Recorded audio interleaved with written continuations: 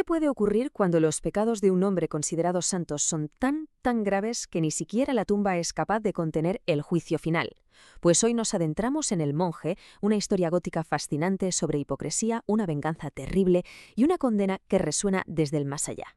A ver, nuestra historia no empieza con un crimen, que sería lo esperable, sino con un hallazgo, con un descubrimiento. Alguien encuentra un manuscrito secreto dentro de un confesionario viejo, olvidado, y ese manuscrito promete revelar una historia secreta, elíptica y fragmentaria, casi nada. Bueno, pues este manuscrito nos mete de lleno en la historia del monje Bernabé.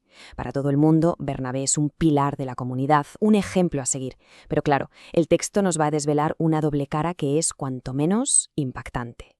Es que el contraste es brutal.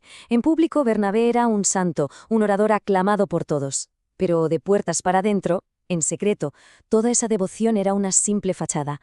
Una fachada que escondía una obsesión muy oscura por una joven llamada Sofía, a la que, de hecho, había violado. Y esta hipocresía lo fue definiendo hasta el último de sus días.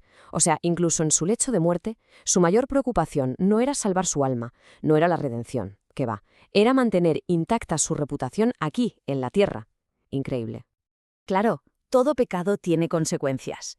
Y la consecuencia del pecado de Bernabé tuvo un nombre: Patricio, un hijo cuya vida entera estuvo marcada, definida por el crimen de su padre.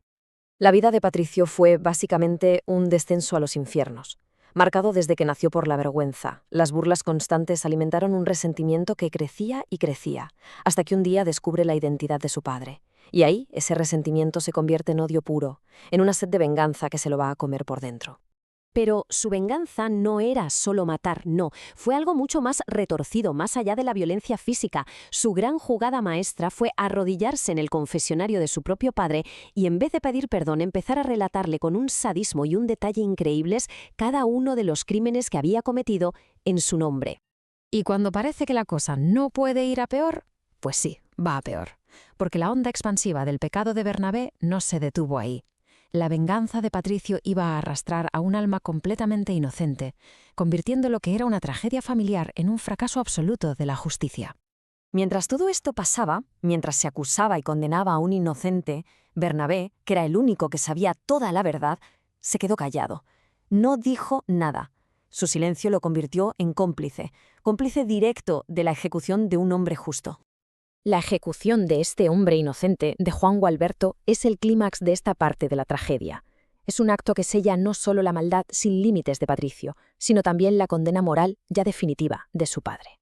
Bien, la justicia de los hombres ha fracasado de una forma estrepitosa. ¿Y ahora qué? Pues ahora la historia da un giro y se va a lo sobrenatural para dictar su veredicto final. Un veredicto aterrador.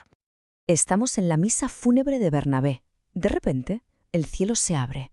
Una tormenta que no parece de este mundo. Y ante los ojos atónitos de todos los monjes, el ataúd de Bernabé empieza a elevarse en el aire. Y una voz de ultratumba, proclama este primer veredicto. El ataúd sube otra vez, todavía más alto, y el terror, claro, se apodera de todos los presentes.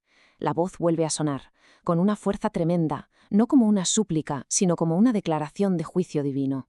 Y finalmente, en una tercera y última ascensión absolutamente aterradora, llega la sentencia final. La verdad sobre Bernabé, esa que ocultó toda su vida, queda expuesta ante todos en su muerte con una condena que ya es inapelable. Y tan rápido como se pronunció la sentencia, la tierra se abre y se lo traga. La justicia divina es así, absoluta. Borra de la faz de la tierra hasta el último rastro del monje hipócrita. Entonces, ¿con qué nos quedamos de todo esto? Pues al final, el monje es una advertencia muy oscura. Nos enseña cómo los secretos pueden envenenar generaciones enteras, cómo la venganza destruye a todos, y nos sugiere que, oye, cuando la justicia humana no llega, quizá hay otra justicia superior e implacable que está esperando su turno. La verdad es que es una idea que da escalofríos. Nos deja ahí reflexionando sobre qué es el juicio, qué es la justicia y, sobre todo, qué pasa cuando esa línea que separa nuestro mundo del siguiente empieza a desdibujarse.